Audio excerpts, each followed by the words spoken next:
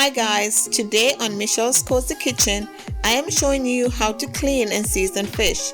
However, before I get started, please like, share and subscribe to my channel where I show you how to cook tasty Caribbean dishes. Now, let's get back to it. I went to the local produce store and bought myself some yellow snappers. Of course, I had them cleaned before I purchased them.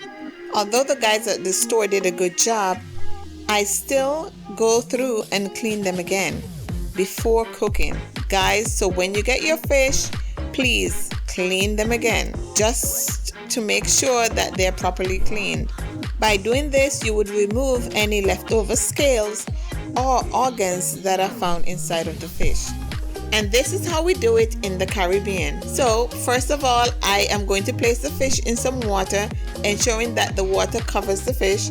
Then I'm going to squeeze the juice of 2 limes. Guys, the lime would definitely cut the rawness of the fish as well as the scent and remove any slime.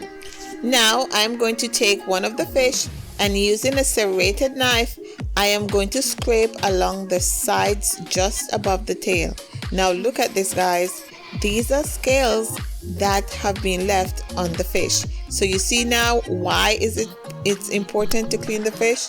So I'm going to clean along the sides of the fish as well as the top by the head region.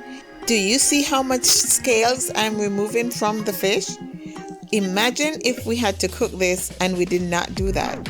Fish scales are inedible, so you would have had a difficult time eating the fish. Now, another area of the fish that we must check is the insides. And this is where we can have leftover organs. As you can see, I am taking my time and removing all the scales. Once that has been completed, I am going to open it and look inside. Now, in the center of it, there is a creamish, soft skin. I normally remove that and discard it. Also in the head, there are some blood clots and some other stuff that does not look edible. And so I'm taking those out as well.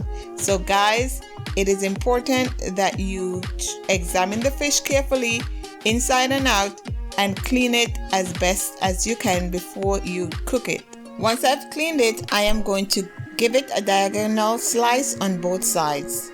And this is in the center, guys. And this is to allow the seasoning to penetrate the insides of the fish quickly so that you have a well-seasoned fish. Now I'm just going through and cleaning another fish just for demonstration so that you would see what I'm doing to remove the scales and the insides.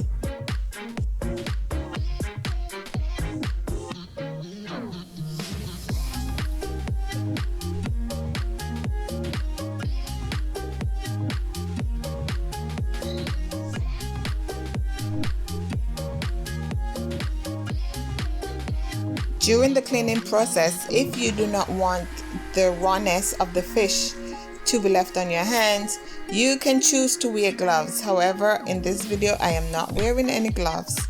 Also, please ensure that the fish tails and fins are removed before you leave the produce store. These are inedible and may pierce your skin while you're cleaning them. So what I'm going to do is to repeat the same process until all of the fish have been cleaned properly. Then I'm going to rinse them under water a few times, and this is cold water, guys, not hot water, cold water, until the water runs clear.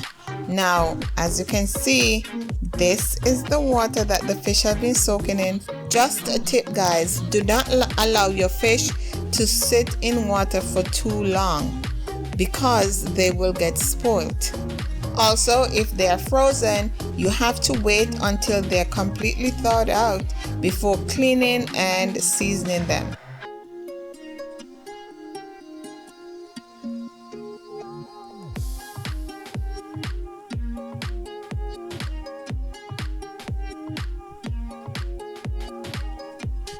Now that I've cleaned and rinsed the fish a few times, I am going to season them. And this is step 2 in our process, guys.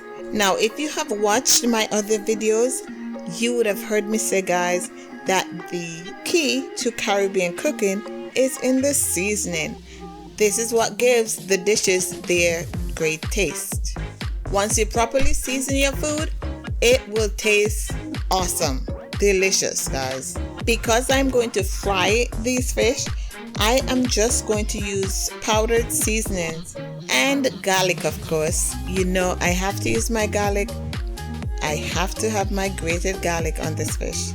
For the powdered seasonings, I'm going to use paprika, cayenne pepper, onion powder, Badia Adobo Complete Seasoning, this is the one without MSG, and Old Harbor Fish Fry Seafood Seasoning, which is a Jamaican product.